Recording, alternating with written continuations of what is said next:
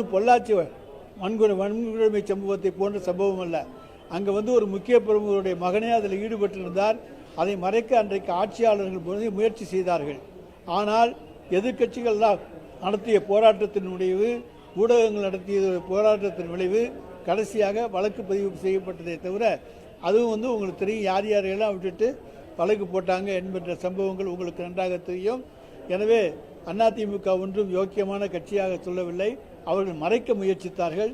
இன்றைக்கு கூட ஒரு சம்பவத்தை பார்த்தீர்கள் என்று சொன்னால், ராமேஸ்வரத்தில் அண்ணா திராவிட முன்னேற்ற கழகத்தினுடைய பிரமுகர் ராதாகிருஷ்ணன் என்பவருடைய மருமகன் ராஜேஷ் கண்ணா என்பவர் அங்கே வந்த பெண்கள் குளிக்கின்ற அறையிலே கேமராவை வைத்து அமேசானில் 3 கேமரா வாங்கி வச்சு 3 அறையிலையும் வச்சு ஃபோட்டோ எடுத்து அதை அந்த காட்சிகளை எல்லாம் வியாபாரப்படுத்தினாரா, வெளிப்படுத்தினாரா, மிரட்டினாரா என்பதெல்லாம் விசாரணையில் தெரியும். எனவே அப்படிப்பட்ட தவறுகளை செய்கின்றவர்கள் அவர்களை தவிர நாங்கள் எங்கள் கட்சியிலே அப்படி செய்கின்றவர்களுக்கு இடம் கொடுப்பது கிடையாது.